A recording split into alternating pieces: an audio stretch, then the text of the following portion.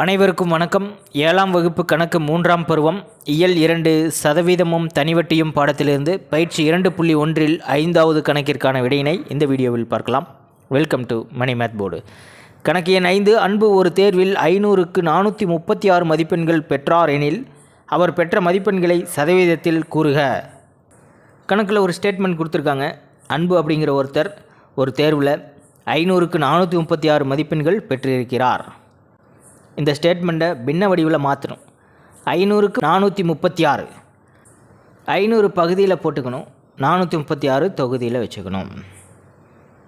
500க்கு 436னா 100க்கு எவ்வளோ, அதுதான் சதவீதம்.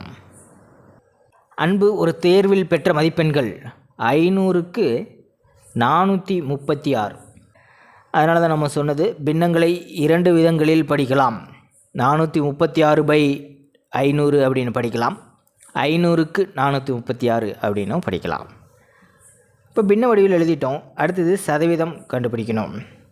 அவர் பெற்ற மதிப்பெண்களின் சதவீதம்.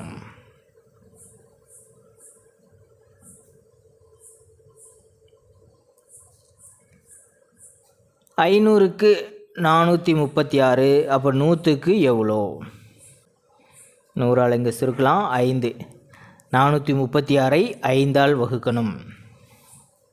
436ஐ 5ஆல் வகுத்துக்கலாம். மார்க்ஸ் பொறுத்த வரைக்கும் கலப்பு பின்னங்களில் நாம் எழுத வேண்டாம், தசம வடிவத்தில் எழுதிக்கலாம்.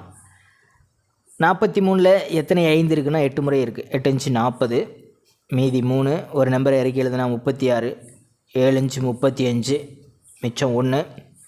1ல் ஒரு 5 கூட இல்லை, இறக்கி எழுத நம்பரும் கிடையாது. ஸோ தசம புள்ளி வச்சுக்கலாம். தசம புள்ளி வச்சுக்கிட்டு இதில் ஒரு 0 ஆட் பண்ணிக்க முடியும். 10ல் எத்தனை 5 இருக்குன்னா 2 முறை இருக்குது. 2 5 10. ஆகவே 87.2%.